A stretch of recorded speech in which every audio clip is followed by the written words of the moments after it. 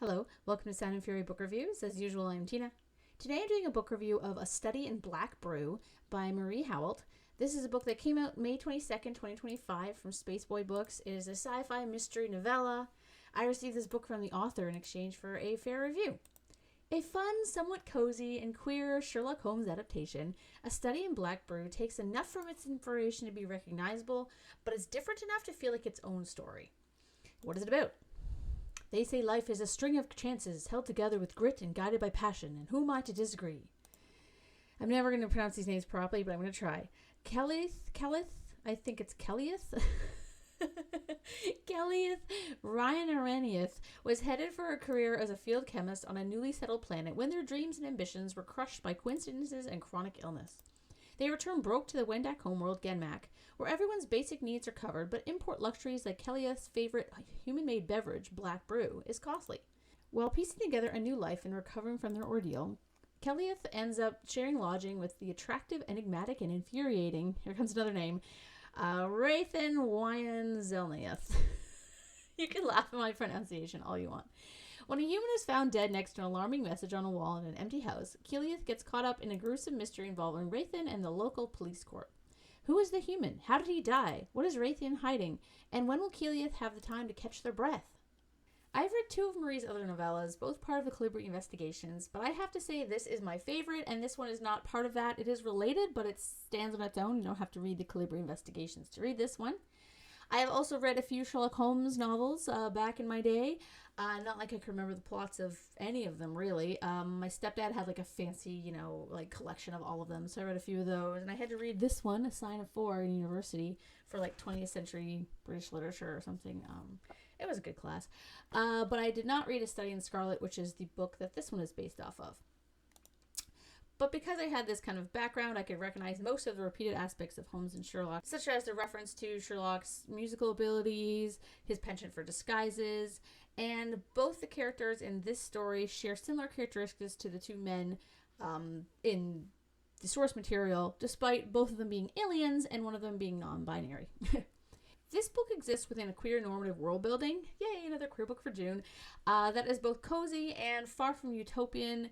None of the queer aspects are far from utopian, but more so their speciesism and capitalism. I love stories about aliens where they see humans as weird and or gross at times, so the moments we get of that were really fun. The way the Wendak are different from humans yet are strikingly similar was also a great balance. We saw this in the Wendamak Web, which I reviewed last year, but this book gave us an even greater focus on it, as both of the two main characters are aliens. Kellyeth, is the Holmes character. They're also a person with a debilitating chronic illness, a depiction which I thought was really well done and points out the ways people with similar issues in society are often mistreated or infantilized or, thought not capable. It really brought home those points and really resonated them without being preachy about it. I think it did a really, really good job.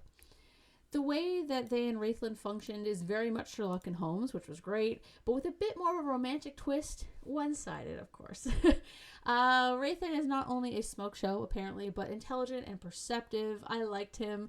He reminded me of the Benedict Cumberbatch version of Sherlock more than any of the other iterations I've seen, though that's not to say that he isn't his own character. He has quirks, not just because he's an alien, but other things that make him unique while still being a Sherlock.